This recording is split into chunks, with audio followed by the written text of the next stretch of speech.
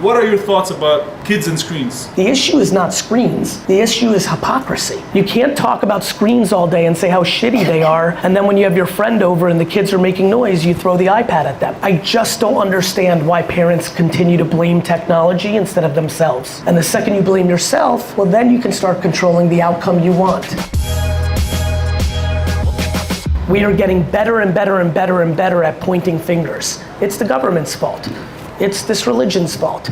It's this tech company's fault. It's this app's fault.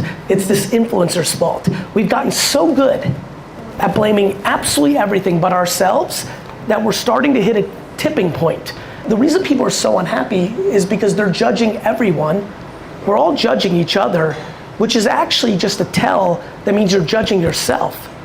We're just in this perpetual thing, and so, you know, I think screens are incredibly positive and incredibly negative, the same way I feel about everything. I think we have to start the beginning of a new chapter in modern society. I think it's time to start blaming ourselves. And the second you blame yourself, well, then you can start controlling the outcome you want. But blaming screens, but then not enforcing it in your own home, when you have 100% control, because you're worried about your child being mad at you for a little while, seems soft. What world do you think your children are going to be living in? Screens are going to be amateur hour. If the metaverse is right, which I think it's very hard to see a world of why it would not be right, because I would argue we live in the metaverse now. How many hours are you spending looking at a screen? 7.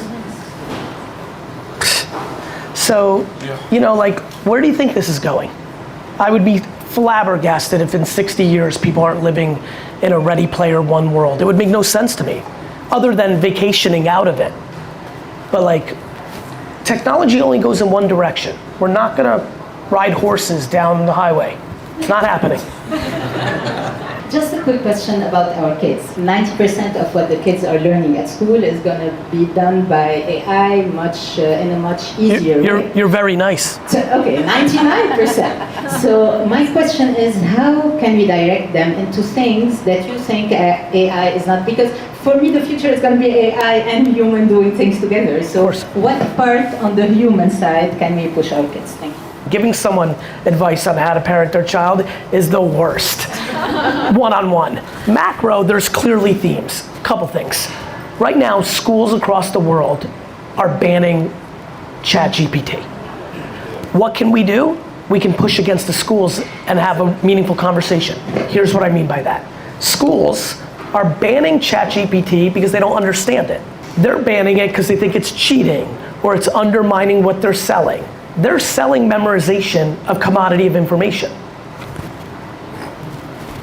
Schools are selling for our children to memorize information that is commodity because it's at the fingertips of our phones. Meanwhile, ChatGPT and AI is about to teach the world the value of critical thinking. ChatGPT sucks if you don't input thoughtful, critical thinking. So we have this moment in time right now where we can literally teach children how to critically think. The singular thing that actually matters when we get older. Yet, we're just watching, and as a matter of fact, most parents are cheering the banning of ChatGPT because they fear new things, they're lazy to look into it, or they're just not thoughtful enough to realize what the fuck is going on. So I think a couple things. One, it's gonna be hard for you to find all the parents in the school to convince the school not to, that's gonna be hard. But what you do at home is not hard.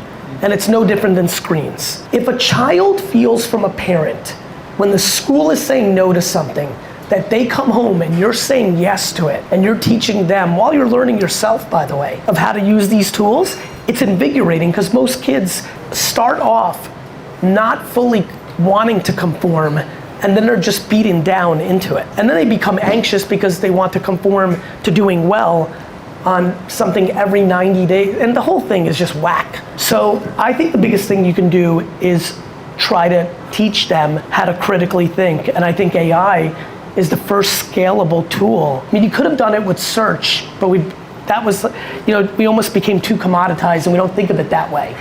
But there's a lot of actual critical thinking in search. Like, the better you are at it, the better your results will be. However, AI makes Google feel like the encyclopedia. When this is all said and done, we'll all be telling our grandchildren, no, Google was amazing, it's how we did everything, and they're gonna laugh. The same way that we all laugh at the yellow pages today. So I think doing things with your children, whether it's hiking, playing video games, like anything you can do with your child forms a real relationship. It's just very powerful. Normally we've already done the things we do with our children, but if you're able to go with your child on this journey together on how to become a critical thinker as an inputter to artificial intelligence, it may be one of the most fruitful journeys you can go on. Gary, thank you very much. Cheers. Thank you. Before you head out, before you pick this,